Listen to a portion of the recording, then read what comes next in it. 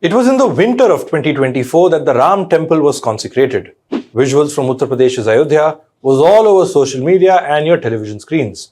Cameras in the right place, capturing every moment to the T. The event was carefully choreographed, and at the center of it was only one person, Narendra Modi.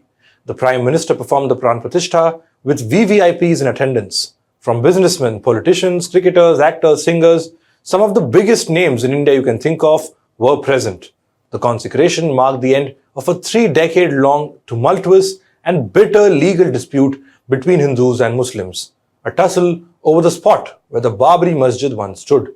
It was believed, or rather hoped, that that's the consecration of the Ram temple, would mark an end to any further disputes between the two sides elsewhere in the country. It has turned out to be quite the opposite. Several instances have come to light in recent weeks and months where various outfits have staked claims to disputed religious sites across India. The violence in Uttar Pradesh's Sambhal earlier this week being the latest and painful instance. And once again, these disputes have reached the doors of the judiciary, which many believe has opened a can of worms in this very regard to begin with. Hello and welcome to Simply Put. I am Shubham Chohan. Let's get started.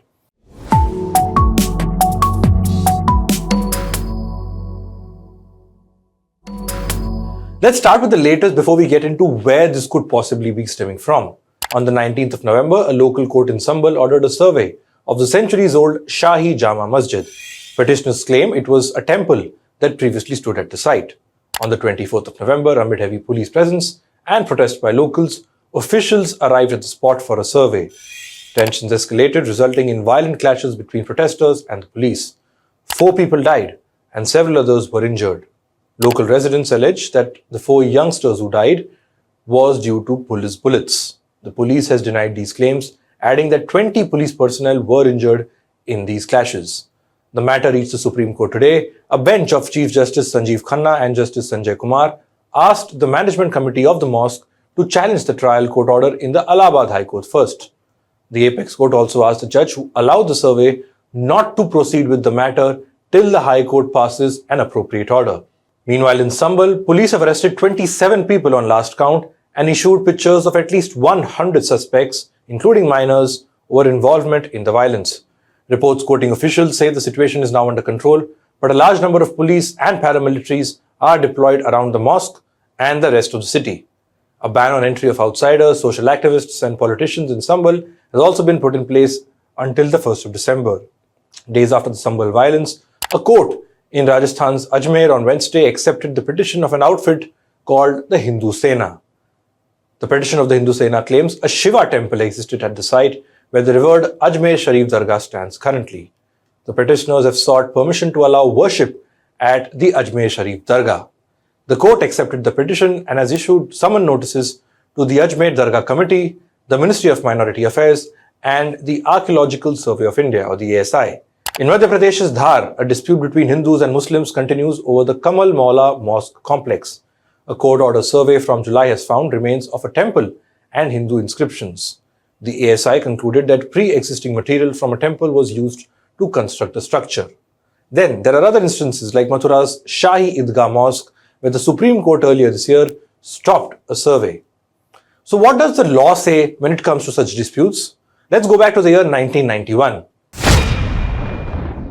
That's 1 year before the Babri Masjid were demolished, even as that issue was propped up by the Bharatiya Janata Party and its affiliates in public discourse. In 1991, a law was enacted by then Prime Minister P.V. Narasimha Rao's government. It was called the Places of Worship Act. In simple words, the law states that the religious character of any place of worship as on 15th August 1947 must be maintained. So, status quo.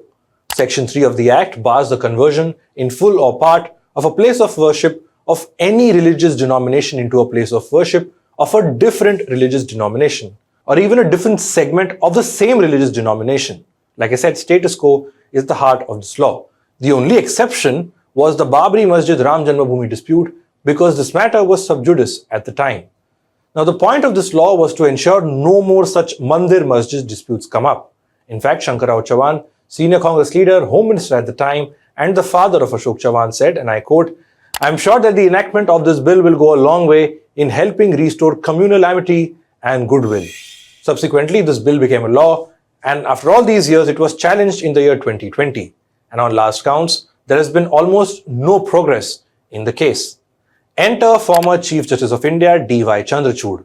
In August 2023, the Supreme Court bench comprising then CJI Chandrachud allowed the ASI to conduct a scientific survey of the Gyanvapi mosque premises.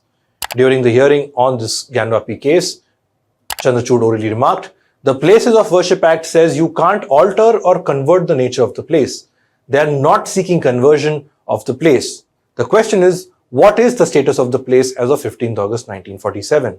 Interestingly, this is in contrast to the stance on the 1991 Act taken in the 2019 Ayodhya judgment. In the Ram Mandir case, a 5-judge constitution bench comprising then CJI Ranjan Gogoi, Justices S.A. Bobde, D.Y. Chandrachud, Ashok Bhushan, and S. Abdul Nazir lauded the Places of Worship Act. The court acknowledged that the law was designed to protect the secular fabric of India. Taking note of those trying to forcefully change the nature of a place of worship, the court had said then, historical wrongs can't be remedied by the people taking the law in their own hands. In preserving the character of places of public worship, Parliament has mandated in no uncertain terms that history and its wrongs shall not be used as instruments to oppress the present and the future. Apart from the court, Dr. Mohan Bhagwat, chief of the RSS no less, said in 2022 that there is no need to stoke more controversies over places of worship. Dr. Bhagwat had said that the RSS took part in the Ayodhya movement due to quote-unquote certain important reasons. Dr. Bhagwat also added that there is no need to raise fresh disputes every day. But all of that seems to have been forgotten.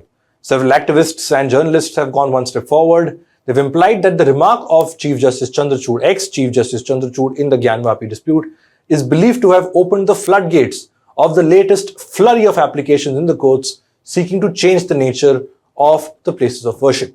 Not just that, many see this as a precedent for lower courts to follow, the remarks of Justice Chandrachud that is.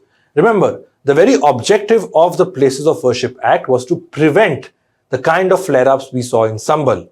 The Supreme Court itself has said that despite a challenge to the constitutional validity of the Act, the Places of Worship Act still remains.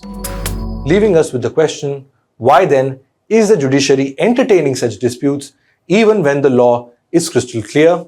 That's all we have for this episode of Simply Put. Do like and share this video, comment and let us know your thoughts, and subscribe to HW News English on YouTube for more such videos. Thanks for watching.